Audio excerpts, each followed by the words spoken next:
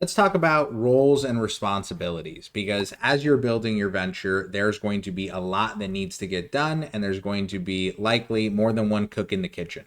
And if that's true, you notice we've all been involved in group projects that haven't gone well, and we've all been involved in projects that have gone well, and we definitely want the latter for building this business because startups are built by teams, they're built by people. And if you don't have the right people with the right systems, with the right processes, all of a sudden you can spend a ton of time being busy and actually get very, very little done. And that is not what we need when we're building a company.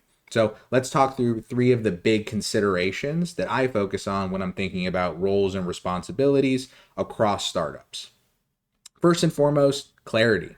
You need to know what the role is. Founders are often wearing many, many hats, and that's okay. You're the CEO one day, you're the chief product officer for an hour, then you go be the CFO, then you're the head of sales. Like, you're going to be doing a lot of things. That's okay. But as you add more people and as you add more jobs, it's not a just help me do things, because that doesn't help people get things done. That's how you get a lot of people to look at to-do lists and actually not cross anything off it. You need to give people specific jobs, specific tasks, specific roles and responsibilities that do not overlap and therefore have accountability.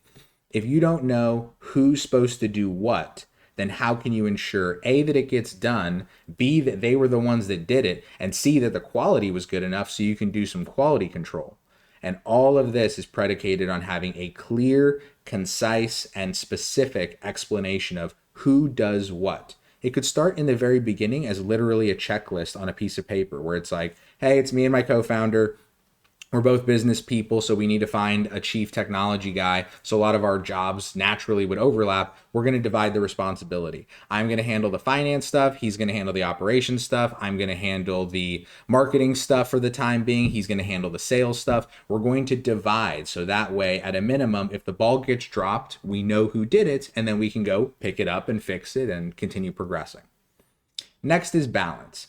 Balance is a little bit ironic in startup land because, of course, you're going incredibly hard and you're going to be spending tons of time to build your company. But there still is a balance necessary. Balance of work life versus personal life, balance of strategy versus execution. Really easy to sit in a conference room all day and ideate, but then actually go send those 500 emails or go read that website word for word and check for commas out of place or go click every button on your MVP.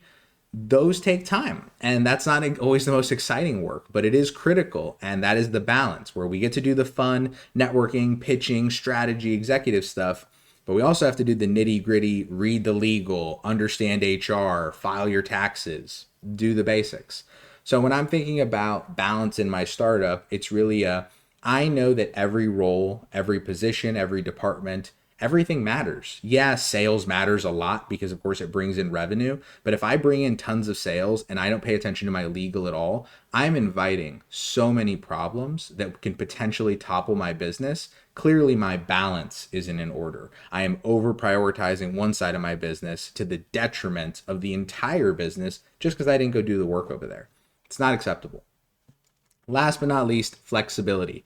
It's a startup after all. There's going to be changes. You're going to build operations that are directionally going one way, and then you need to go left. You're going to be thinking about an idea, and all of a sudden a new opportunity is going to pop up. You're going to be barreling into the holiday season with all these plans, and all of a sudden a market dynamic is going to change, and all of a sudden you have to adjust.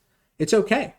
Changing, adapting, adjusting, all of these things can and will be done over time. It's about being both operationally sophisticated, meaning you don't commit to like crazy contracts and major things that could potentially need to be adjusted day one. You kind of let things mature over time.